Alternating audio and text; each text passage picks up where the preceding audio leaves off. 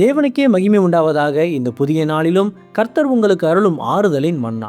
உலக கவலைகளால் உன் மனதை குழப்பாதே, தெளிந்த புத்தியோடு ஜெபி, உன் தடைகளை உடைத்து உன்னை உயர்த்துவேன்.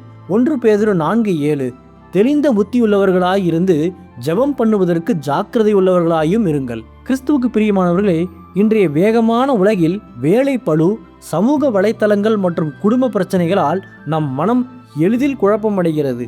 இன்னும் இவ்வளவு வேலைகள் இருக்கிறது, எனக்கு ஜெபிக்க நேரமே இல்லையே என்று உலக கவலைகளால் சிக்கி தவிக்கிறீர்களா?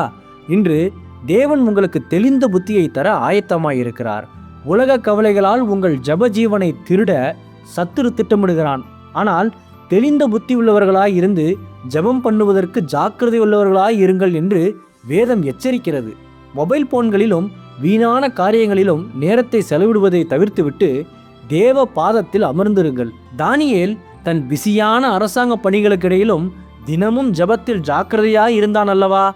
அதனால்தான் தேவன் அவனை சிங்கத்தின் கெபியிலும் பாதுகாத்து உயர்த்தினார்.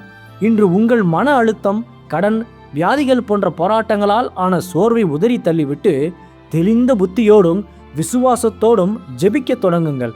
பரிசுத்த ஆவியானவர் உங்கள் மனதை ஒருமுகப்படுத்தி உங்கள் தடைகளை உடைத்து உங்களை மேன்மையாக உயர்த்தி ஆசீர்வதிப்பார். ஆமேன். ஜெபிப்போம். என் அன்புள்ள பரிசுத்த பரலோக பிதாவே, இந்த புதிய நாளுக்காக உமக்கு ஸ்தோத்திரம்.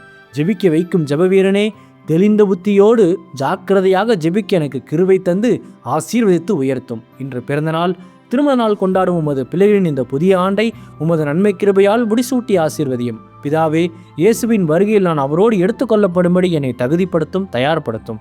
இயேசுவின் நாமத்தில் ஜெபிக்கிறேன் எங்கள் நல்ல பிதாவே. ஆமேன். மாரநாதா.